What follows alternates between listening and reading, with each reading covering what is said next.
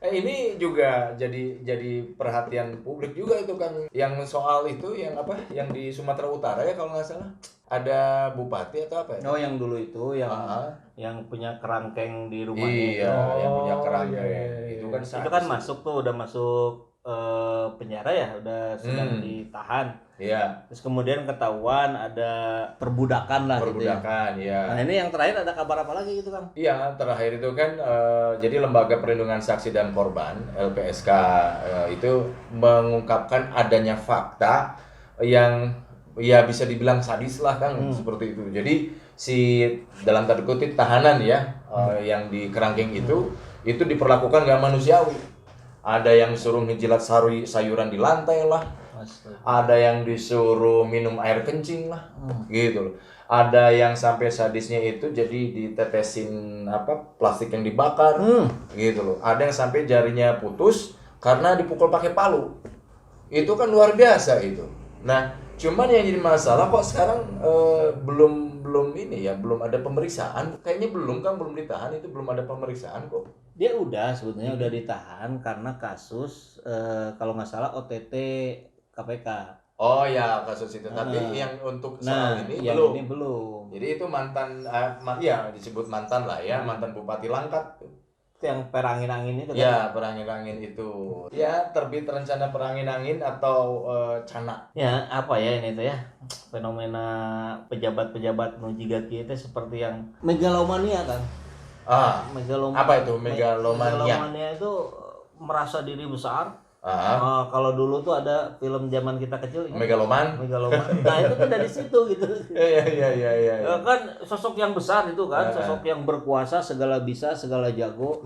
Nah, orang baru menjabat sebagai wakil bupati, baru menjabat sebagai bupati, sudah merasa orang yang menjadi paling hebat, paling berkuasa, sehingga berhak melakukan apapun. Iya. Kalau kemarin mah apa kan marah gara-gara duduk sejajar. Oh iya. Nah, itu kan di wakil bupati mana itu?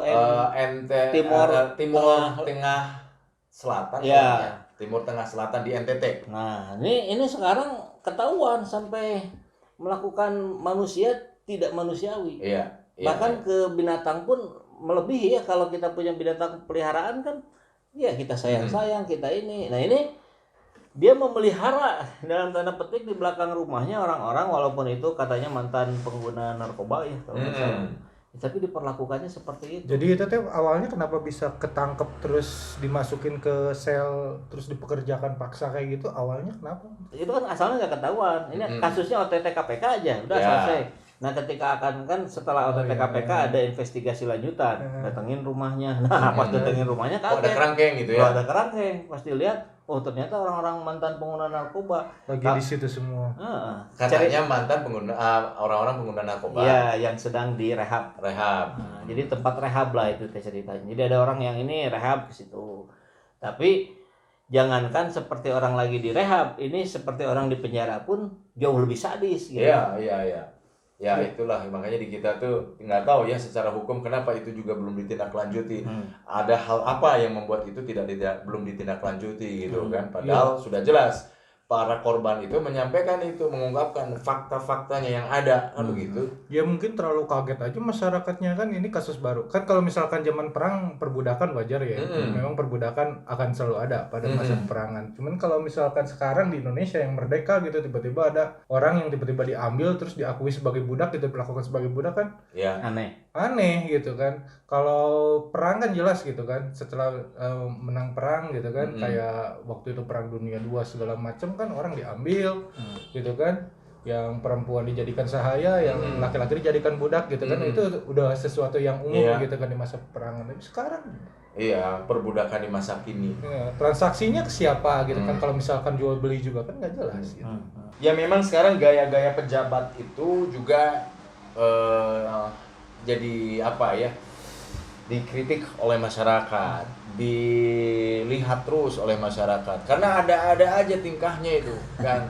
Ya bang ya, tingkahnya itu macam-macam, mulai dari yang koruptor ya kan, mulai juga ada yang secara komunikasi publiknya nggak pas, tidak baik, sehingga asalnya ngomong aja gitu.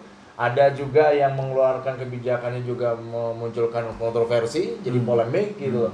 itu yang kelas-kelas pejabat ya tingkat kementerian. Tapi ternyata itu nular kan, Ke bawah. nular ke bawah. Jadi ada kades, oknum lah ya, oknum kades. Oknum yang tiap hari nambah satu itu kan satu oknum tiap hari. Iya, iya. Kalau udah banyak bukan oknum. Jadi ada kades viral ini di media sosial, kepala desa Wanakerta kan. Jadi itu dia tuh ikut semacam ikut pelatihan kepemimpinan gitu untuk para pejabat-pejabat, untuk para desa juga termasuk di dalamnya. Di situ kan diajarin tuh disiplin apa dan sebagainya gitu loh. Jadi kalau tidak salah menggunakan atribut-atribut TNI Iya. gitu loh. Nah, harusnya kan itu udah selesai tuh. Kalau udah selesai udah jangan dipakai atributnya tuh. Ini mah dipakai sampai keluar gitu loh. Ada tuh videonya viral di media sosial. Ya meren mungkin ya pengen dianggap TNI gitu. Tapi kan akhirnya publik jadi tahu kok pakai baju TNI nggak ada pangkat, nggak ada atribut-atribut seperti itu. Jadi curiga ternyata kepala desa gitu. Iya. Kepala desanya gitu Kepala makanya. desanya make gitu. Kepala desa pelatihan. Iya. gitu. Ikut pelatihan, waktu pelatihan itu dia dipakaikan seragam tentara, merenya dia lebih Dianggap jadi TNI nyingsieunan ya Itu nakut-nakutin. teh ceritanya dalam perjalanan pulang atau berapa hari Nah itu kemudian. nggak disebutkan gitu. Tapi yang pasti setelah di luar lah, di luar program pelatihan itu setelah selesai gitu.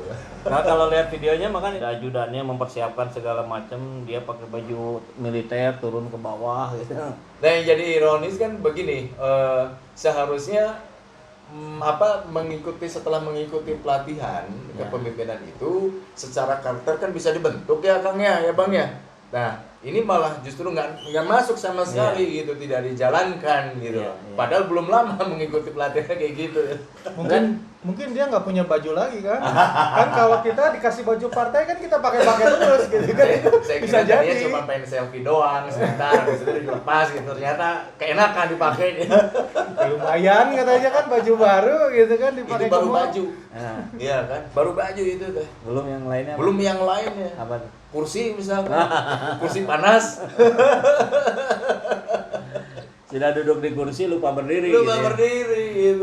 Tapi sebenarnya ya benar sih, benar kalau mau rada husnuzon mah ya kita berbaik sangka dia teh lagi belum sempat ganti baju mungkin nanti juga diklarifikasi jawabannya kurang lebih begitu lah. Kita udah bisa duga ada klarifikasi pejabat-pejabat mah begitu-begitu Iya, polanya iya. gitu. Cuman yang menarik itu ini karena lagi-lagi ada yang nge-shoot kemudian viral. Nah ini kan jadi interpretasi yang berbeda buat masyarakat. Interpretasinya kan bisa jadi kalau nggak tahu berita yang tadi, wah ini udah sok-sokan begini gitu kan. Baru seorang kades ingin terlihat punya power juga dalam konteks dia juga dalam posisi dia juga sebagai militer misalkan, kan ingin meraup semuanya gitu. Iya.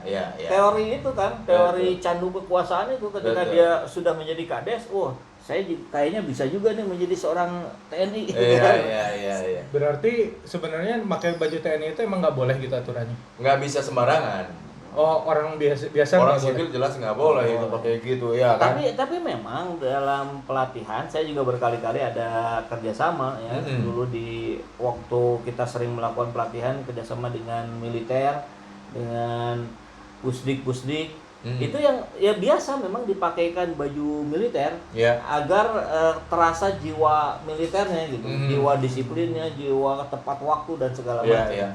Itu sudah sebuah kelaziman walaupun biasanya bajunya baju jelek yang sudah kumal segala macam dipakaikan gitu ke peserta tuh.